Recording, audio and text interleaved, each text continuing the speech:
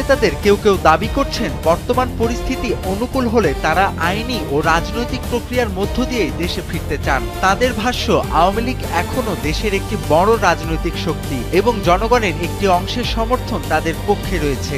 অন্যদিকে অন্তর্বর্তী সরকার ইতিমধ্যে আওয়ামী লীগের রাজনৈতিক কার্যক্রম স্থগিত রেখেছে দলটিকে নিষিদ্ধ রাখার মাধ্যমে। ফলে দলটির নিবন্ধন ও নির্বাচনে অংশগ্রহণ নিয়েও অনিশ্চয়তা তৈরি হয়েছে।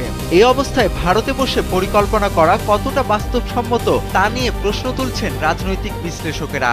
ভারতে নির্বাসিত আওয়ামী লীগ নেতারা বাংলাদেশে রাজনৈতিকভাবে পুনরায় সক্রিয় হওয়ার পরিকল্পনা করছে, এমন তথ্য উঠে এসেছে আন্তর্জাতিক গণমাধ্যমের এক প্রতিবেদনে। এতে নতুন ছক কষছে তারা। কি এমন নতুন ফন্দি এঁটেছে আওয়ামী লীগ? আসুন জানি বিস্তারিত।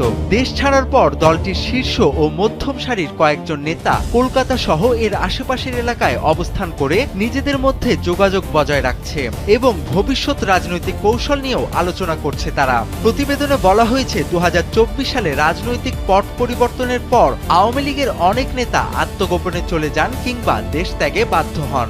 বর্তমানে তারা প্রকাশ্যে খুব একটা সক্রিয় না থাকলেও আড়ালে দল পুনর্গঠন, সমর্থকদের সঙ্গে যোগাযোগ এবং দেশে ফেরার সম্ভাব্য পথ খোঁজার চেষ্টা চালাচ্ছেন।